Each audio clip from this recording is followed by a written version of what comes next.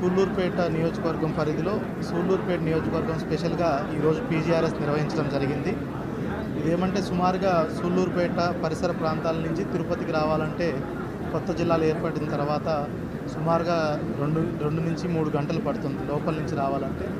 అందుకోసమని ప్రజల వద్దకే యంత్రాంగం అంతా వచ్చి అర్జీలు స్వీకరించడం కోసం ఈరోజు ఒక ప్రత్యేకంగా నియోజకవర్గ స్థాయిలో పీజీఆర్ఎస్ని ఇక్కడ నిర్వహించుకోవడం జరిగింది.